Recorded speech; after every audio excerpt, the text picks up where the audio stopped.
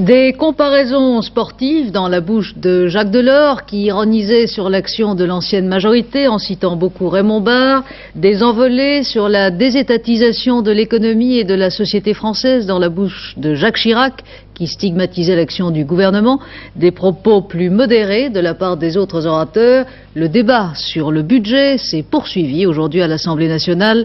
Les grands moments de cette journée, Daniel Brem et Jean-Louis Le Seyne. C'est la troisième fois que Jacques Chirac prend la parole sur le budget à l'Assemblée où il est rarement présent. Le budget, histoire de prouver qu'il a un programme économique, même si la politique revient toujours au galop. Prêcher l'union nationale, tout en fustigeant la France des nantis, c'est-à-dire celle qui paie plus de 20 000 francs d'impôts par an, se poser en rassembleur, tout en réservant la légitimité historique au peuple de gauche, vouloir mobiliser les énergies, tout en déniant à l'opposition le droit de s'opposer sans apparaître immédiatement factieuse, c'est s'enfermer dans la contradiction et se condamner à l'échec.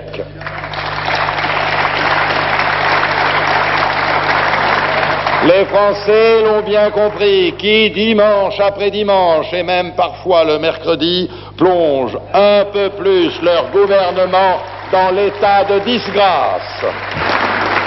Pour les communistes, c'est un oui, oui, mais.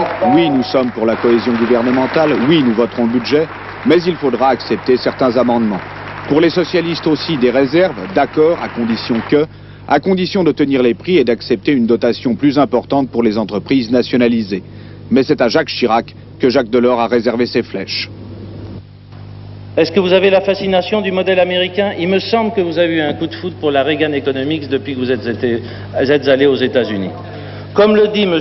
Raymond Barre, et je le cite exactement, « Je suis fidèle à mes principes, je ne suis pas capable de faire un programme tous les 6 mois en fonction des sondages, et j'allais ajouter en fonction des voyages. » Je vous rappelle, M. Delors, qu'en 1976, lorsque j'ai quitté le gouvernement, l'endettement de la France était de 35 milliards de francs.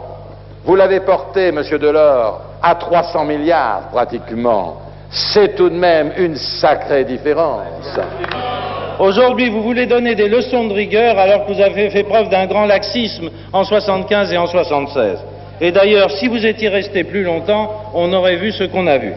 D'ailleurs, votre successeur a fait justice de vos imprévoyances, et ceci était d'ailleurs tout à fait mérité. Après les mots, les chiffres, opposition et majorité ont commencé à s'affronter ce soir sur le montant de nos impôts.